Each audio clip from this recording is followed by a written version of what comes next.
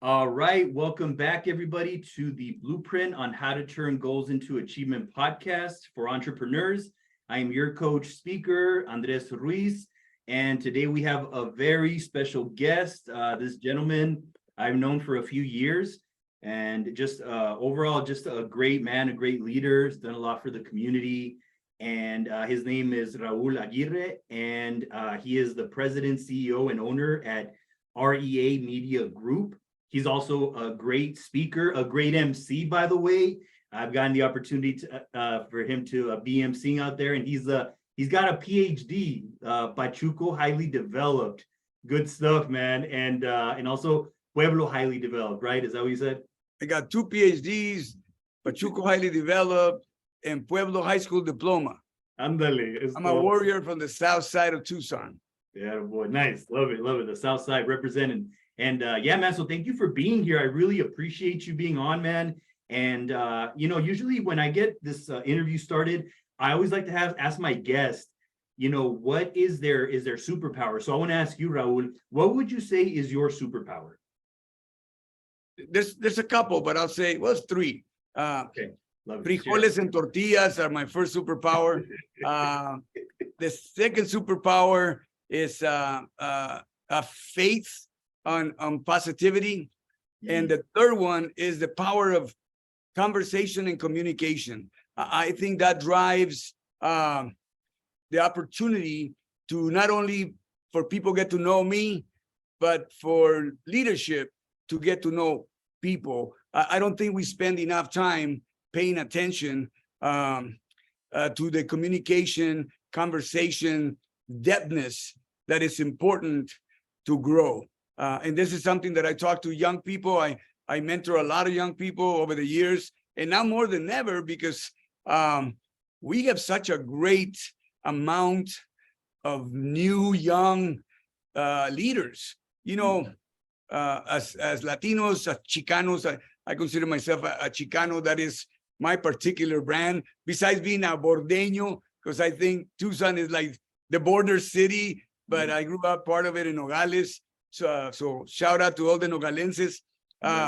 So being a Bordeño, being a Chicano, and being part of the Latino demographic, I think there's a very important fact that we are reaching levels never seen before, academically, professionally, in the small business world.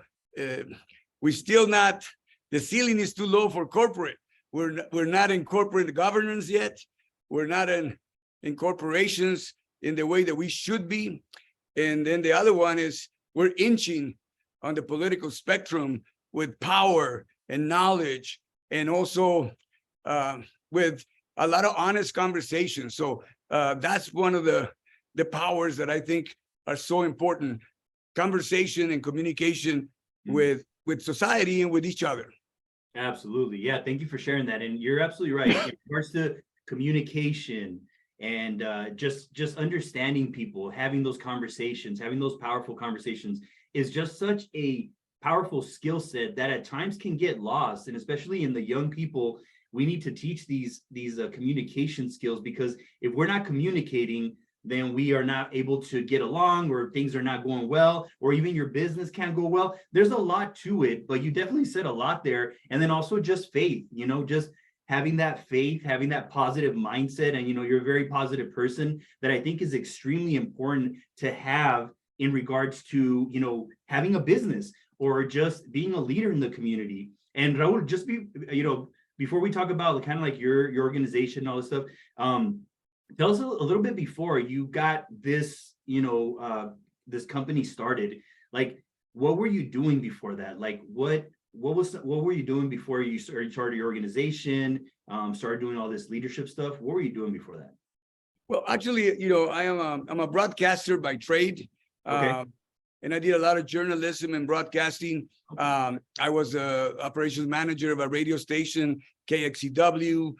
In the 70s, I started the first truly bilingual multicultural radio station in Tucson called KXCW-FM, La Máquina Rítmica de Todos los Barrios, the Barrios Rhythm Machine. And it came out of the I was at the U of A at the time, and I could see that radio in particular, forget television, but radio in particular was not addressing the issues that needed to be addressed for our community. So I got hired at KUAT Radio. When I got hired, I was a volunteer to do a program called Prendiendo la Mecha, which is, lighting up the fire. Yeah. And it was interviews that I did with different people as I was a junior in college, and I was part of restarting Mecha because he had died, because there was not a lot of Chicanos at the U of A at the time. I think there were like, in 1974, I think it was probably a little over 100. There was more Central and Latin American students than local Arizona and California Chicanos. It was very, very small. So I went to KUAT.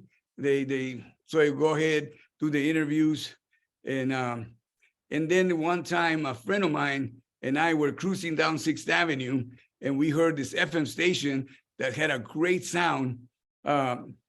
But they were playing mostly trios, very old music, if you would, trios, rancheras. And I said, well, they already have another station, KXCW AM. Let's try it. So we went, we spoke with the general manager, which was Ernesto Portillo Sr. And he pretty much said, get out of here, you rabble-rouser hippies. But then he called us back and he goes, because I remember making a point in our second conversation. I was saying, I'm trying to reach your children. Your children are my age. Your children are 21 years old. They're not gonna listen to Spanish radio if it keeps going like this. I said, the future of Spanish radio is in bilingualism, is in being able to hit the core of the identity of second, third generation, Mexican Americans, and some of it has to be, you have to relate. So after he thought about it, he called us back, and we started KXCW FM.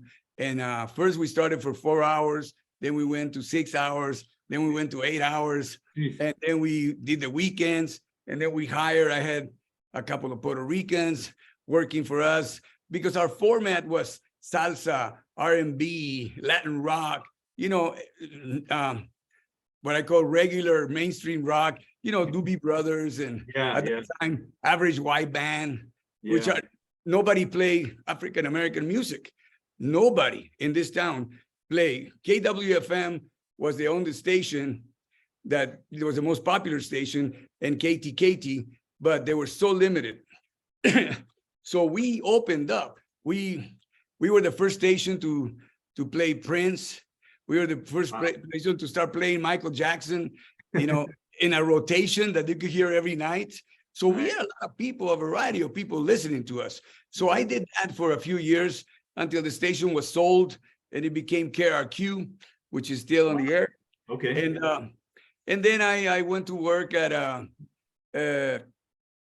doing behavioral health for a while, where I honed my skills in fundraising and public relations.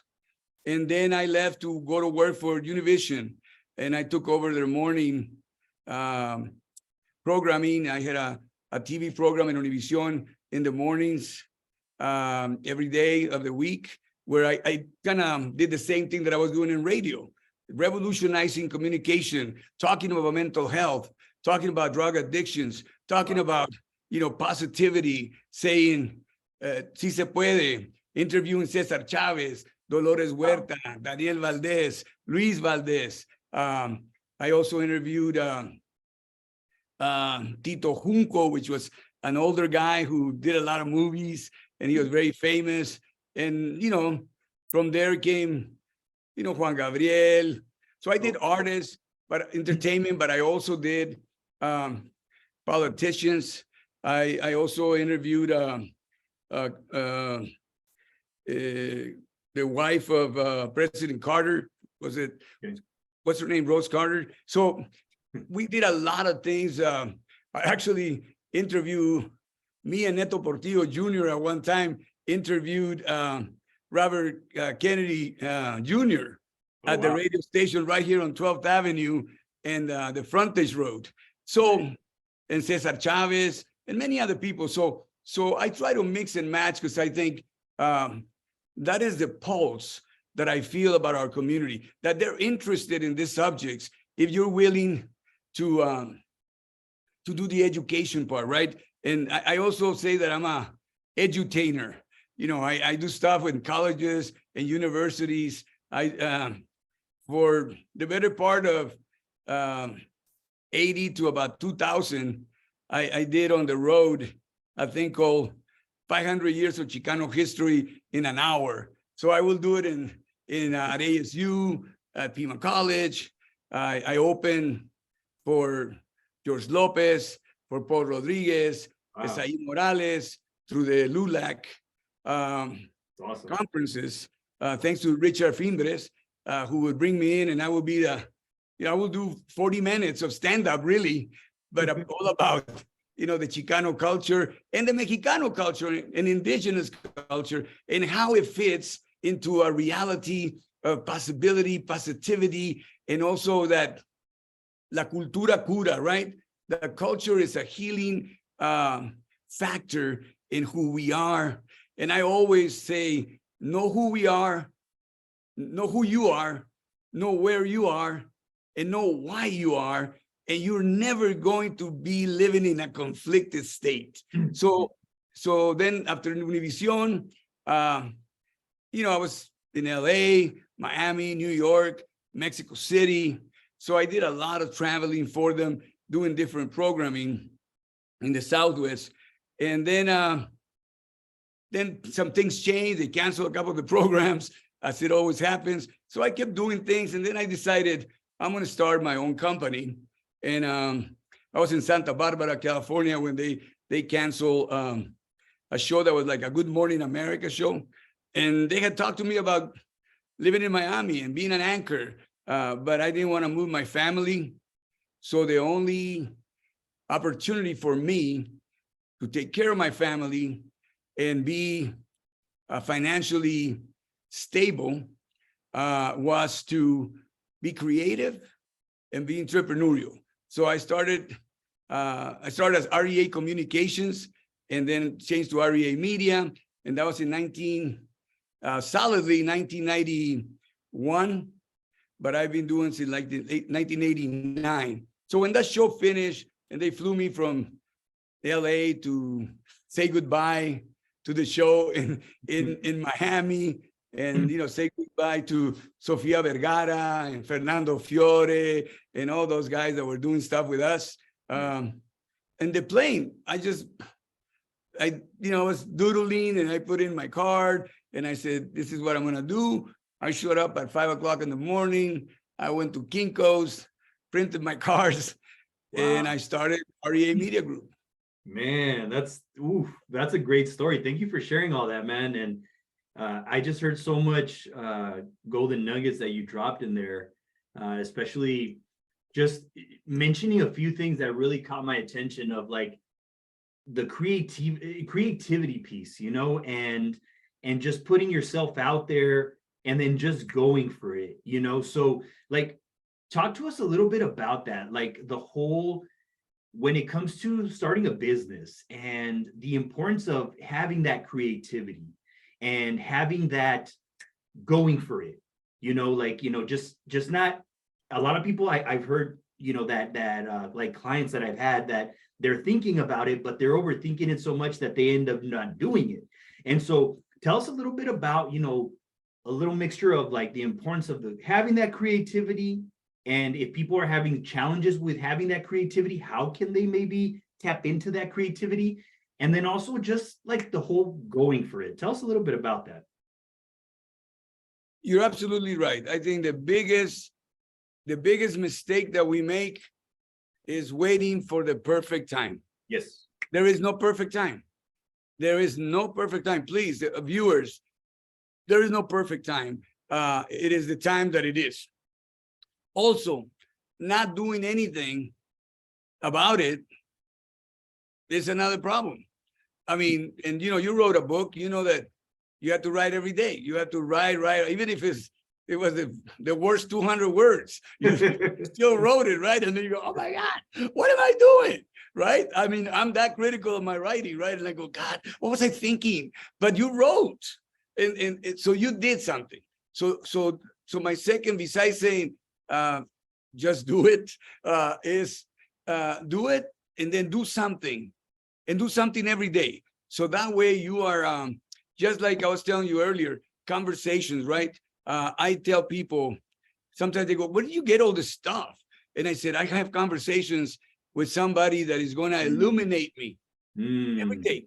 Ooh, Today, I had a great conversation with Congressman Grijalva, who just, schooled me on some things because, he's wise and he's been around and he's been in political circles and power for so long. Nuggets, right? I mean, really gold to be able to have a conversation with a person like that. But every day, if you have a conversation every day with someone that is going to, motivate you, that is going to make you think critically, then you are going to grow. So that's part of the, I think the collective thought that you have to do to grow and to do things, because a lot of people are stopped by waiting for the perfect time. Yes. Perfect time. Absolutely. Thank you for sharing that. And then another thing that I want to ask you, because you mentioned, you have conversations and you're great at conversations, man. I mean, when I talk to you, we had a great conversation. I see you conversating with everybody. I mean, you have a very outgoing personality and you are already, so many people, but just tell people that are listening, like the importance of connection. Like, I know we talked a little bit about it earlier that you said the communication piece is important, but tell us like how important it is to have those, of course, those conversations every day, but just those connections of people who are doing better than us. Just how important is having like a mentor? Like pretty much that's what we're talking about, like mentorship. How important is that to starting this business? I'm from another generation, so I really had no mentors. I mean, I had to, claw my, because it was very competitive. Yeah. Media is very competitive.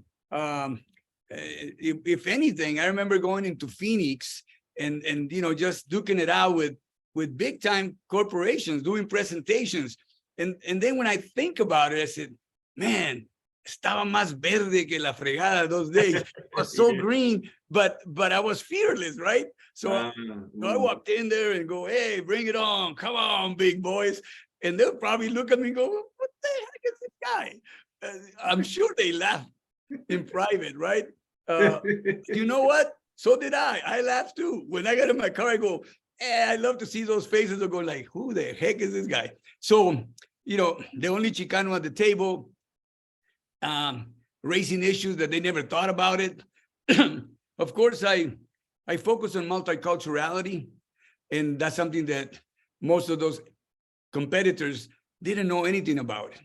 So I was able to come from a real fresh perspective, using culture and history, and again, knowing who I was, that my identity kind of forced them to listen, because I was coming from a point of authenticity. Oh, yeah. And I think that is a critical thing, because authenticity does not allow you to, quote unquote, sell out. I turned down a lot of business, like tobacco, because I didn't think it's good for my community. Other people will grab the thousands and thousands of dollars, but I chose not to do that because that could be bad for our community. So I became, without knowing, socially responsible corporation until I heard the term and I go, I'm kind of socially responsible corporation because I do all these socially responsible things. And I work with some great clients like APS, Blue Cross Blue Shield was my very first client, and I landed it 3 months after I came from that famous flight from Miami, Wow. Tucson. So I landed a small one, And then I grew it into a major client for like 10 years. And Wow. then I got other clients and stuff. So at one point, we had McDonald's, Cox, Wow. APS, Caremore, Blue Cross, Donor Network of Arizona is one of our flagships, I think, because we increase Latino organ donation in 5 states, Wow. singularly. And to me, that was worth it, right? Because we were like at the bottom of all the states. I think Arizona was like 38 or 42, something like that. And we brought it to the top 5 states with Latino organ donation within 5 years. That's amazing. And it's one of our most successful campaigns. It saves lives. It helps our community. It educated our community. And we did it in New Mexico, Nevada, California, Arizona. I forget the other state, but that was measurable work. So I think that's the part where you say, this is where we're going to go, and you start creating the niche. But mostly, I did it with fearlessness. I always say that courage is the first quality of leadership. So I think that helped me a lot.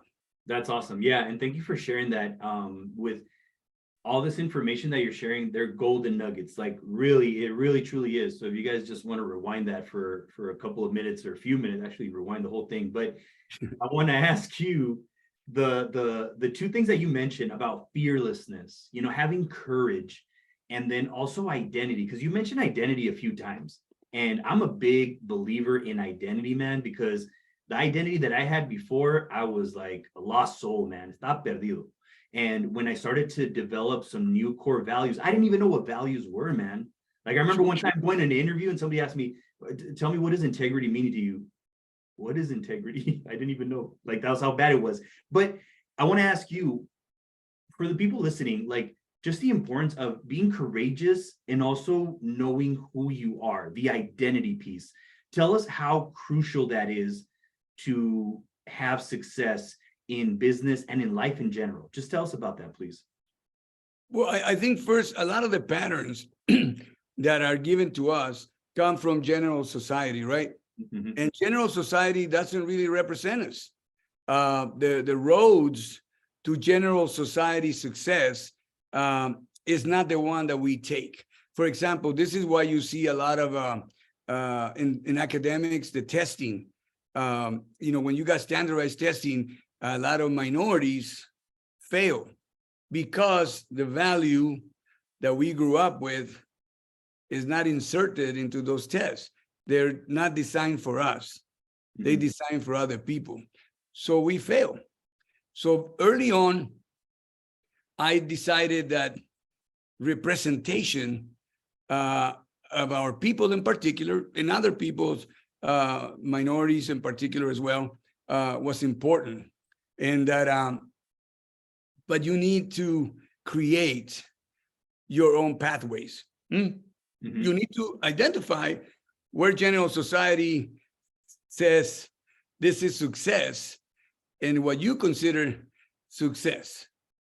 So once you delineate that and you're good about that foundational value of what you will do or not do, then I think success becomes something different. Failure becomes something different. I'm sure that a lot of your viewers have had experiences with the general society. If you're in business with the general market, where there is so much humiliation, in those spaces, that unless you've gone through it, you can't really imagine. And I have, because when you're a pioneer, when you're the first guy, when you're the only person, you go through a big dosage of people passing you over. I've been in tables with being the only Latino Chicano in there, and I just said, hey, I think we should be doing this strategically, blah, blah, blah. And they look at you and they go, what do you think, John? And they totally like I just said something, and they don't recognize you. Wow. So if my identity is weak, if not just personality, my identity will not be able to help me when they go around the table and then somebody else regurgitates what I just said. And they said, that is a wonderful idea. And I will go, excuse me, I said it like 20 minutes ago and you did not pay attention. So once again, pay attention to me. And to be able to do that in a corporate setting with CEOs, to me, is probably one of my most valued lessons. And yeah, people got upset and sometimes I got fired, but you know what? On my own terms.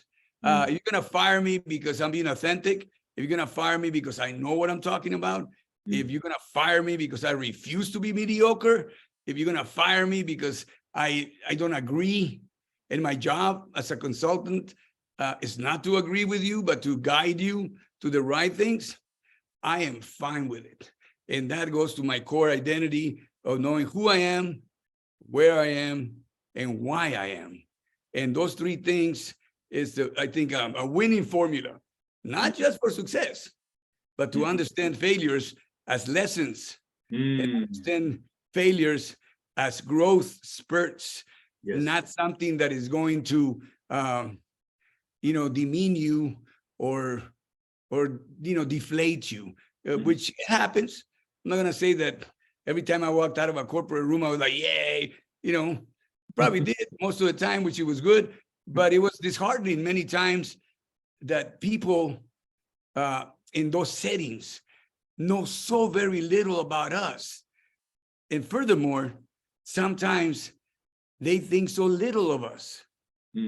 I've been stopped at presentations. I was in a presentation for a big insurance company in San Diego one day, and this guy said, Raul, I just want to say, I was, interrupted.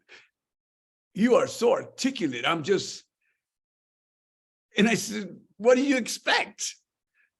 Right? Yeah. The expectation is sometimes this, even it was meant as a compliment, but it was like, a double slap, because my thinking was, were you expecting me not to be, articulate and smart and strategic and intelligent because of who I am? Or maybe because I have an accent, or because of my name? All those things play into your psyche. And because I don't think they would have stopped anybody else. So a lot of those things are lessons. So your identity is crucial to your fortitude, to your strength, and to know also how far would you go? Because, everything is give and take, toma y daca, but you need to know those parameters. And that's where fearlessness comes through, and also courage and leadership to say, no, I'm going to stand my ground. That's the way it is. And I'm the expert.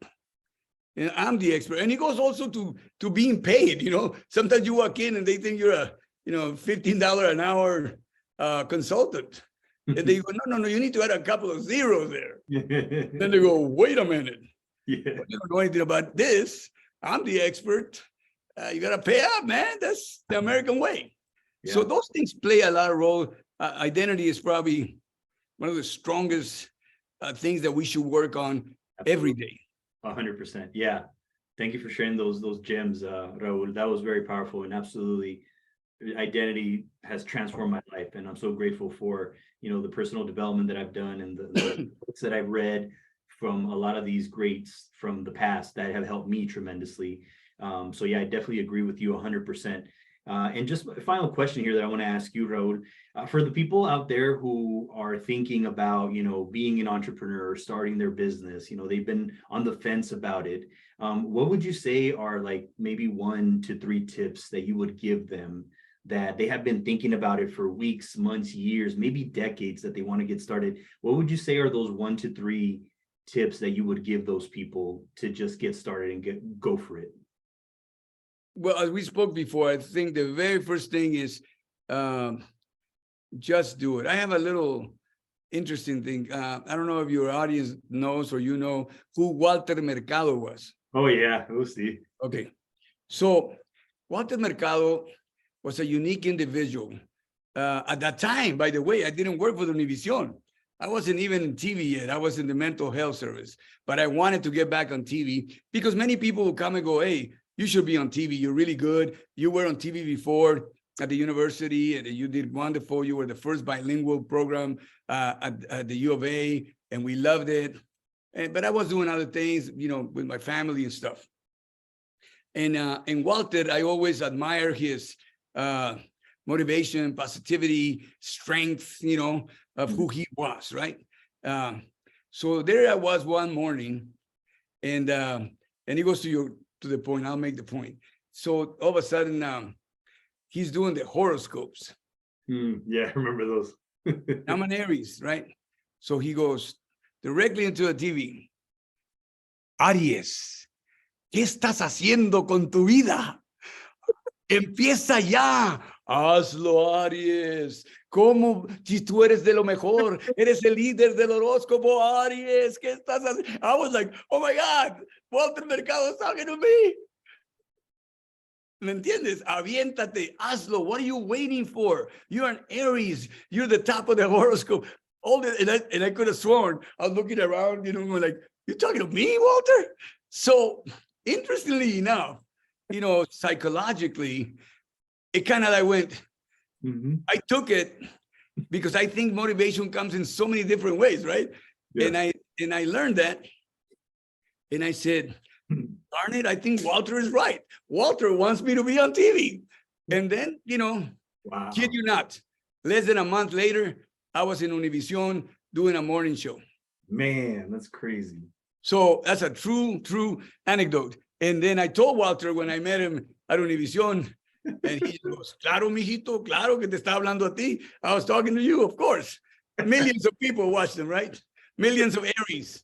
I wonder what is percentage of Aries who that day. Right. So the first thing is start. Stop thinking about it. Yes.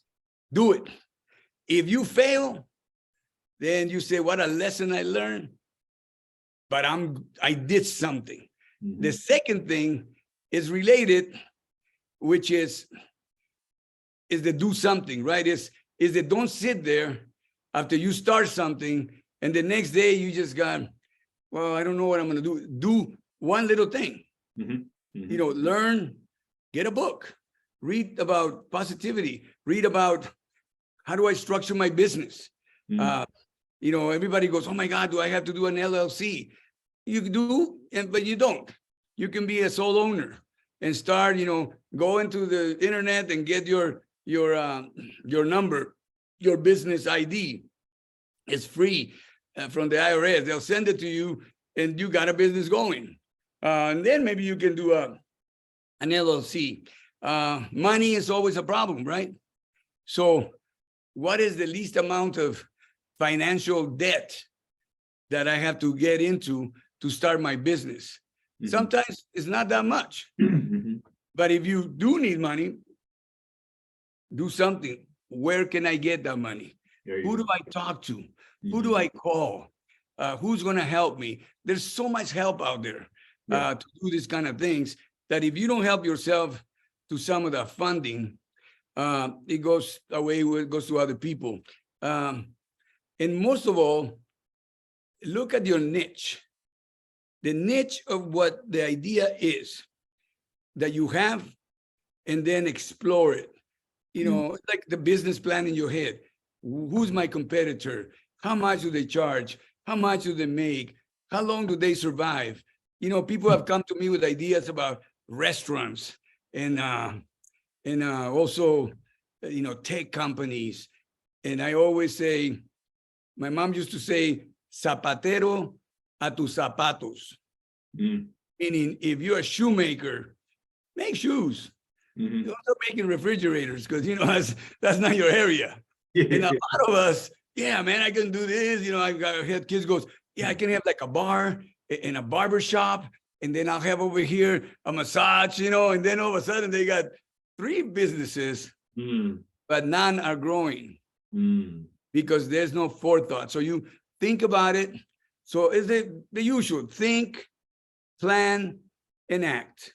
Think, plan, and act. If you think about it, but you don't do anything about it to structure it, it's never going to happen. Yeah. So once you think about the idea, jot it down, plan it, script it, and then let's see how we're going to make it happen. And I think the growth of Latinos business ownership, Chicano business ownership is great. And the other thing that I want people to know, don't believe in all the hype that you're better than anyone. You know, exceptionality requires extreme discipline. And very few of us are willing to do that. Okay? So I usually think of myself when people tell me stuff about being exceptional. I always say, well, I'm kind of, in the middle, man. I'm not really, I don't believe in the hype, because I think when you start believing in the hype, then you lose yourself in delusional thinking that you're better than, and then your competition is not within yourself to grow and to be successful. And that success is what it looks like to you, not what people are thinking. Is not the car, it's not the house. Material things are going to come. I always say, do the work, the money will come. The money will come. Somebody's going to need you. Somebody's going to hire you. Yeah. If you have a good idea and you're doing good things and you have a good track record. So those are some of the things that have worked for me. And again, believe in, the word is believe that you are mundane rather than exceptional. Because, since 1970, people started talking to the young people, I was young then, about being exceptional. And then we kind of bought into it. And then you start seeing young people, that they think they're exceptional, but truly they're mediocre. They just don't know it. So don't fall into that. Understand your strengths, understand your power, understand that what you're learning is what's going to catapult you into the next level, and do it on your time. Move up. It's incremental. That's the other thing. I see the new generations of entrepreneurs sometimes wanting to just go from 1 to 10 to 100 in a year. And if they don't, they get frustrated because it doesn't happen that way. Success is incremental. Yeah, incremental. Yeah. And remember, if you're coasting, you're going downhill. Oof. Good stuff, man. A lot of wisdom today, man. Thank you. TPA, think, plan, action. Think, plan, act. Yes. TPA está. So thank you, Raul, for your time, man. I really appreciate you being on the show. And just for the listeners out there that are listening, how can they get a hold of you? How can they work with you? Give them your, whether it's your email, your phone number, your website, please give it to them. And, anybody that's out there that's looking for, your type of work, how can they get a hold of you? And maybe somebody, who are you looking for? Who can work with you? Tell us a little bit about that. Great. I want to make a little point on something that I think I missed, which was networking. You were asking me, and I think I got caught up in some of the anecdotal things, which is my style of storytelling. Networking, remember, is not who you know. It's who knows you. A lot of people go over there, give their cards and stuff, but they don't know you. Make sure they know you. Yeah, how do they know that? You shake hands, you talk to them, you give them value, you let them know, you have that conversation with whoever you want to attract. Because if they don't know you and you know them, then you're not networking. They need to know you. So it's very important that you do that, because it'll help you grow your business, and it'll help you be involved in your community. Give to your community. Give, financial, volunteer to leadership that are putting themselves out there, especially young people who are running for office. I'm a big believer on having systemic change, but it's going to change with these new people that we're putting in place. that understand your values, that relate to you, that know you, that are worried about the same subjects that you are, education, what I call capitalism with a face, not just being an industrial robot, but really doing work that is significant. Also, growing the business. And one of my main things, I do 2 presentations right now called The Invisibility of Mexicans - Latinos, because we're still pretty invisible. We're not in the mainstream media yet. We're not in CNN. We're not seen in MSNBC. There's other people talking about the border that have never been at the border. So get engaged with that, because it's very important that you participate to make that change or support those new leaders who are willing and able to create that change that you need, that our community needs. And I think we've done a lot of progress. I think that collectively, we have grown so much in the last couple, 2, 3, 4 decades, that now we're coming to a point where, we're going to have a lot of discussions, even among ourselves, like we're having right now with you, about what does that mean in terms of our success and our power, right? So that's important. I wanted to mention that is, get involved. It's very important in your community, in your nonprofits, in the people doing the work. Yeah. For example, my wife and I have an Ivy League program. It's called the Southwest Leadership Initiative, where we are recruiting for the last 5 years young Latinos to go to the Ivy Leagues, colleges. And we just had our first graduating cohort after 4 years. Oh, wow. One that included my daughter Isabel Aguirre, one that included 5 kids from Pueblo High School. Wow. Isabel went to Tucson High. So we concentrated on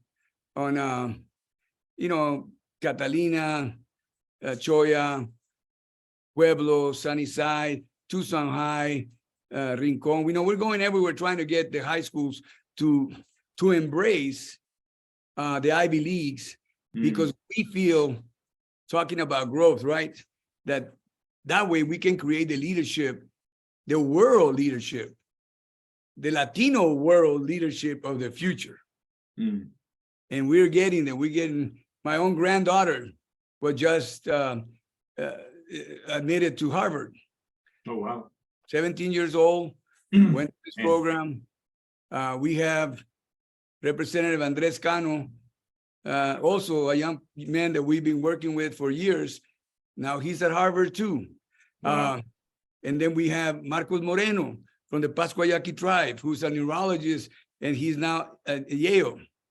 Wow. Hey, Yale beats jail anytime. So those are the kind of things that we need to continue to produce and protect and support. And they can reach me at reamediagroup.com.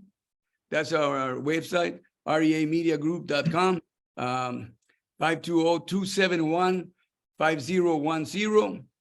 And my email is readvertising@gmail.com. Awesome. Good stuff. Thank you, Raul, for dropping those gems, man. I appreciate your time.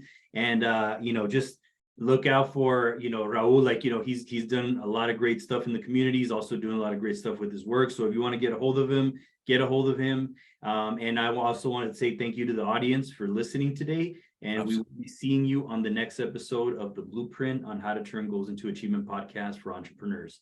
Have a great day. Peace. Thank you, and congratulations to you as well. Thank you, brother. I appreciate you.